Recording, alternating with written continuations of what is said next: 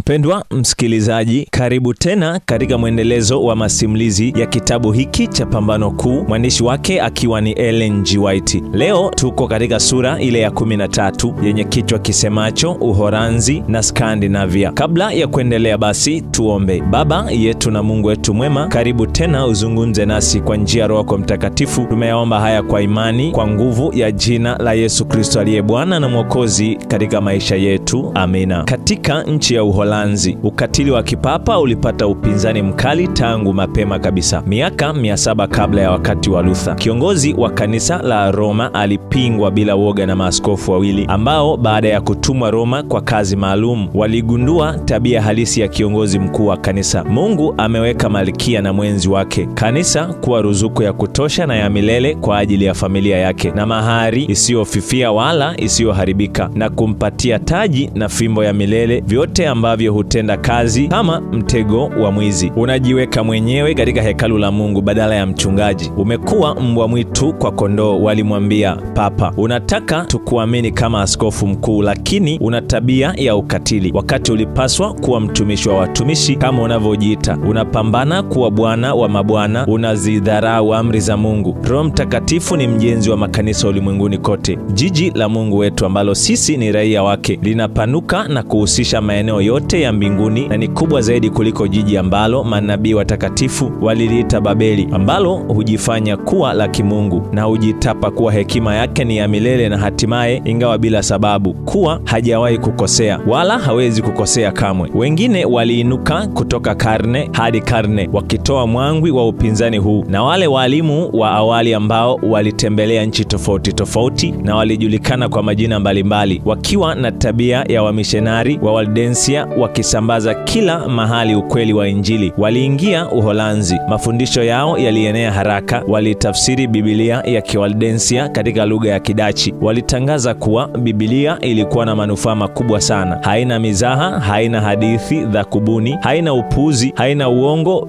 bali ina maneno ya kweli, na kwamba kweli hapa na pale kulikuwako na mambo magumu kuyaelewa, lakini iko hivyo ili uzuri na utamu wa yale mepesi na matakatifu ugunduliwe kirahisi. Hivyo ndivyo walivyoandika marafiki wa imani ya kale katika karne ya 12. Sasa ndipo yalipoanza mateso ya Kiroma, lakini katikati ya matita ya kuni na mateso, waumini waliendelea kuongezeka, wakitangaza kwa ujasiri kuwa Biblia ndiyo mamlaka pekee isiyokosea katika dini, na kwamba hakuna mtu anayepaswa kulazimishwa kuamini, bali anapaswa kuongolewa kwa kuhubiriwa. Mafundisho ya Martin Luther yalipata udongo wenye rutuba katika nchi ya Uholanzi, na watu wa kweli na waaminifu waliinuka kuihubiri Injili. Kutoka moja ya majimbo ya Uholanzi alitokea Menno Simons, akiwa amesomeshwa na kanisa Katoliki la Roma na kuwekwa wakfu wa upadirisho. Alikuja hajui chochote kuhusu Biblia na hakuisoma kwa kuogopa kushawishika na kuwa mzushi. Wakati mashaka kuhusiana na fundisho kuwa mkate na mvinyo hubadilika kuwa mwili na damu halisi ya Yesu yalipomjia, aliyachukulia kama majaribu kutoka kwa Shetani, na kwa maombi na toba alipambana kuyashinda, lakini bila mafanikio. Kwa kujichanganya katika matukio ya starehe, alijaribu kunyamazisha sauti ya dhamiri, lakini bila mafanikio. Baada ya muda alivutwa kujifunza Agano Jipya, na hili pamoja na vitabu vya Martin Luther vilimfanya aikubali imani ya matengenezo. Muda mfupi baada ya hapo alishuhudia katika kijiji jirani kukatwa kichwa kwa mtu ambaye alikuwa ameuawa kwa kubatizwa mara ya pili, jambo lililomfanya ajifunze Biblia kuhusiana na ubatizo wa watoto. Hakupata ushahidi wake katika maandiko, lakini aliona toba na imani kila mahali kama sharti la kupokea ubatizo. Menno aliachana na kanisa la Kiroma na kujitolea maisha yake kufundisha kweli alizozipokea. Katika nchi za Ujerumani na Uholanzi, kikundi cha watu wenye itikadi kali kilijitokeza, wakihubiri mafundisho ya kipuuzi na uchochezi, wakivunja utaratibu na uzuri, na wakihamasisha fujo na kuchochea uasi dhidi ya serikali. Menno aliona matokeo mabaya ambayo kwa hakika hatimaye vuguvugu hili lilikuwa linaenda kusababisha, na alichukua hatua madhubuti kupinga mafundisho potovu na mipango ya hila ya watu wenye itikadi kali. Walikuwepo watu wengi hata hivyo waliokuwa wamepotoshwa na wapotoshaji hawa, lakini walioacha mafundisho yao yasiyofaa, na walikuwepo bado waliosalia wengi wa Wakristo wa zamani, matunda ya mafundisho ya Waldensia. Menno alifanya kazi miongoni mwa makundi haya ya watu kwa bidii na mafanikio makubwa. Kwa miaka 25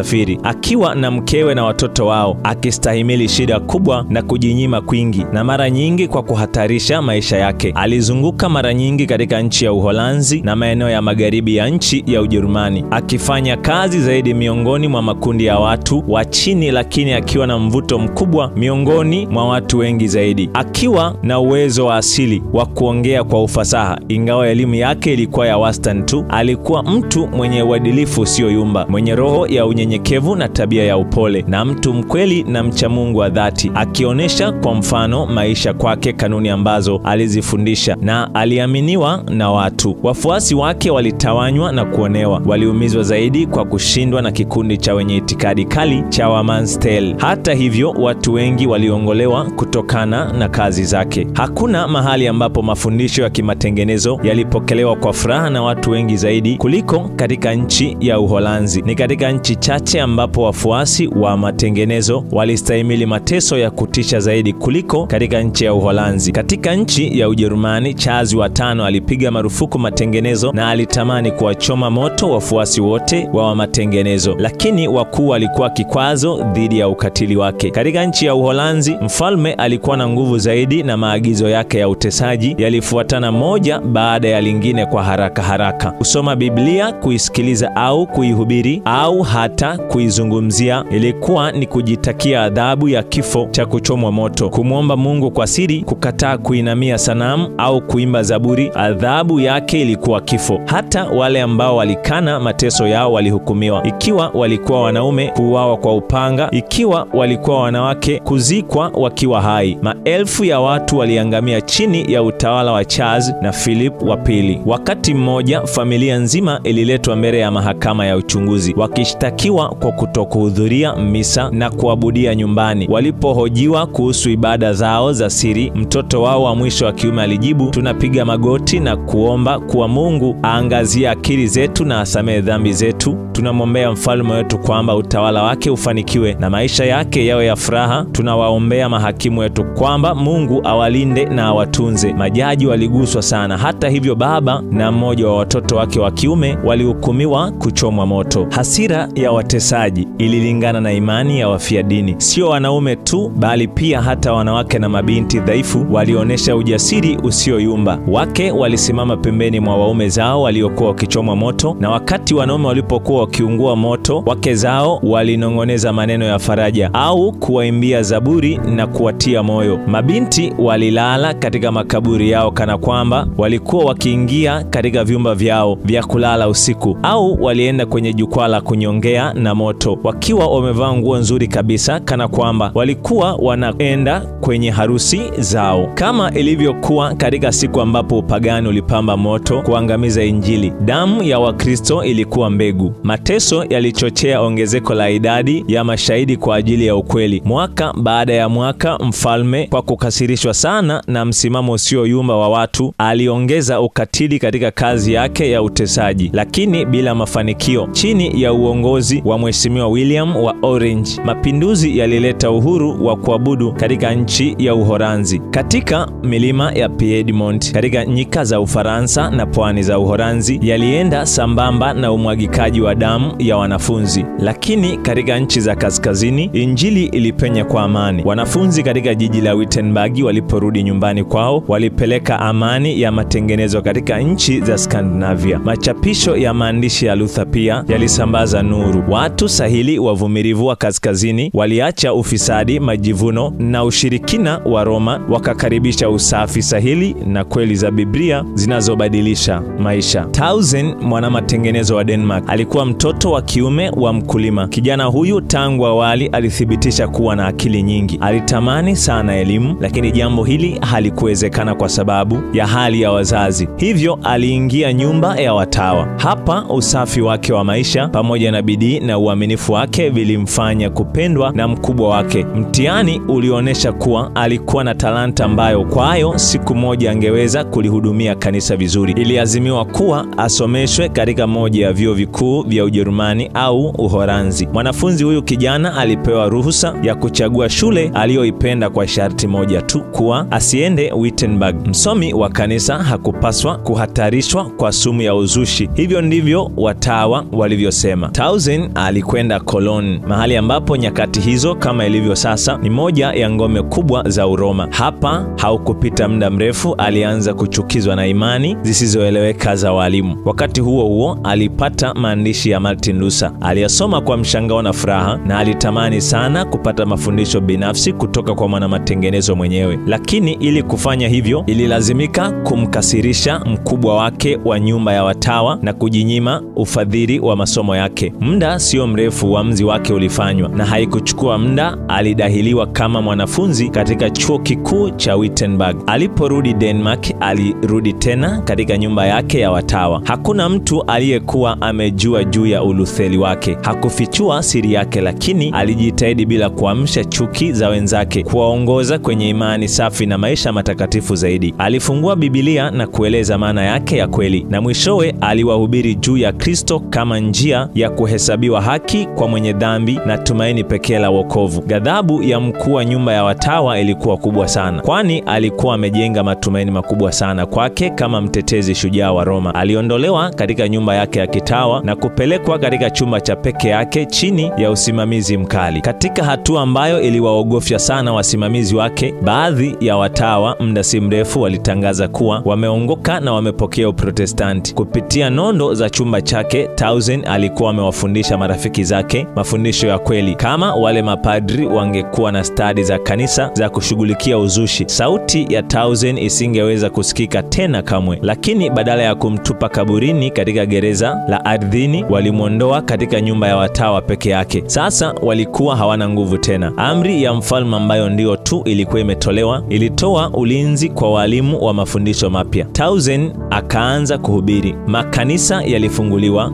kwa ajili yake na watu walifurika kumsikiliza. Wengine pia walihubiri neno la Mungu. Agano Jipya lililokuwa limetafsiriwa katika lugha ya Kidanish lilisambazwa sana. Juhudi za watetezi wa upapa za kutaka kushindana na kazi ya Uprotestanti ziliishia katika kuusambaza zaidi, na muda si mrefu nchi ya Denmark ilitangaza kupokea kwake imani ya matengenezo. Katika nchi ya Sweden pia, vijana waliokuwa wamekunywa maji ya kisima cha Wittenberg walibeba maji ya uzima na kuwapelekea watu wa nchi yake. Viongozi wawili wa matengenezo ya Kiswedish, Olaf na Laurentio Petri, watoto wa kiume wa muhunzi wa Orebro, walijifunza chini ya Martin Luther na Melanchthon, na kweli walizojifunza walizifundisha kwa bidii. Kama mwana matengenezo mkuu, Martin Luther, Olaf aliwagusa watu kwa sababu ya bidii na ufasaha wake, wakati Laurentio kama Melanchthon alikuwa msomi mwenye fikra nyingi na mkimya. Wote wawili walikuwa wacha Mungu wa dhati, wenye uwezo mkubwa wa kiteolojia na wenye ujasiri usiotetereka katika kueneza ukweli. Upinzani wa watetezi wa upapa ulikuwepo. Padri wa Kikatoliki aliwachochea watu wajinga na washirikina. Olaf Petri alishambuliwa na kundi la hao watu, na katika matukio kadha aliponea chupuchupu kuuawa. Hata hivyo, wana matengenezo hawa walipendwa na kulindwa na mfalme. Chini ya utawala wa kanisa la Roma, watu walikuwa wamezamishwa katika umaskini na kushikiliwa katika ukandamizwaji. Hakukuwa na maandiko, na wakiwa na dini ya ishara na sherehe tu ambayo haikupeleka nuru yoyote akilini, walikuwa wakirudi katika imani za kishirikina na matendo ya kipagani ya mababu zao waabudu mizimu. Taifa liligawanyika katika makundi ambayo migogoro yao isiyoisha iliongeza matatizo ya wote. Mfalme aliazimia kuleta matengenezo katika serikali na kanisa, na aliwakaribisha wasaidizi hawa wenye uwezo katika vita dhidi ya Roma. Akiwa mbele ya mfalme na viongozi wa ngazi za juu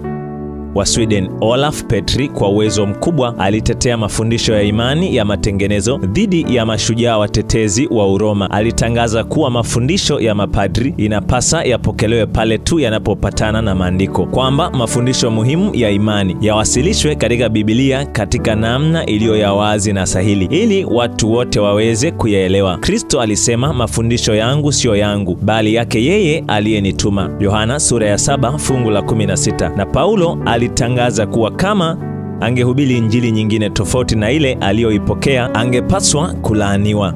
Wagalatia sura ya 1 fungu la 8. Iweje basi, alisema mwana matengenezo, watu wengine wajipe mamlaka ya kutunga sheria zao kwa mapenzi yao wenyewe na kuwalazimisha wengine kuzitii kama mambo muhimu kwa ajili ya wokovu. Alionyesha kuwa amri za kanisa hazina mamlaka ikiwa zinapingana na amri za Mungu, na alisisitiza kanuni kuu ya Kiprotestanti kuwa Biblia na Biblia pekee ni kanuni ya imani na matendo. Shindano hili, ingawa lilifanyika katika jukwaa la siri, kwa kiasi fulani linatuonesha aina ya watu waliokuwa maaskari wa jeshi la wanamatengenezo. Hawakuwa watu wasiojua kusoma na kuandika, wabaguzi wa dini, wabishi na wapiga kelele tu. Walikuwa tofauti kabisa na kitu kama hicho. Walikuwa watu waliokuwa wamelisoma neno la Mungu na walijua vizuri jinsi ya kutumia silaha ambazo Biblia kama ghala la silaha inaweza kuzitoa.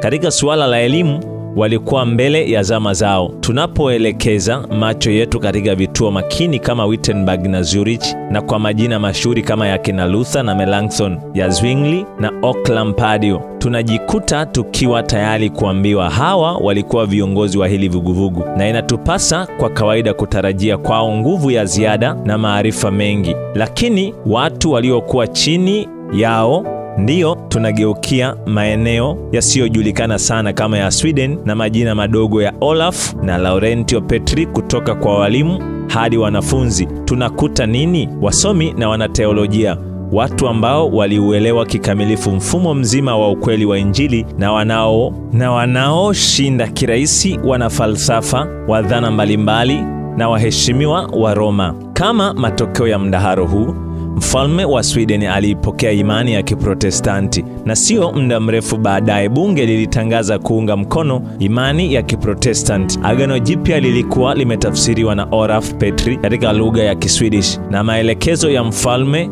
wale ndugu wawili walitafsiri Biblia nzima. Kwa hiyo, kwa mara ya kwanza watu wa Sweden walipokea neno la Mungu katika lugha yao wenyewe. Baraza Kuu la Kitaifa liliamuru kuwa katika ufalme wote wachungaji wafafanue maandiko na kuwa watoto katika shule wafundishwe kuisoma Biblia.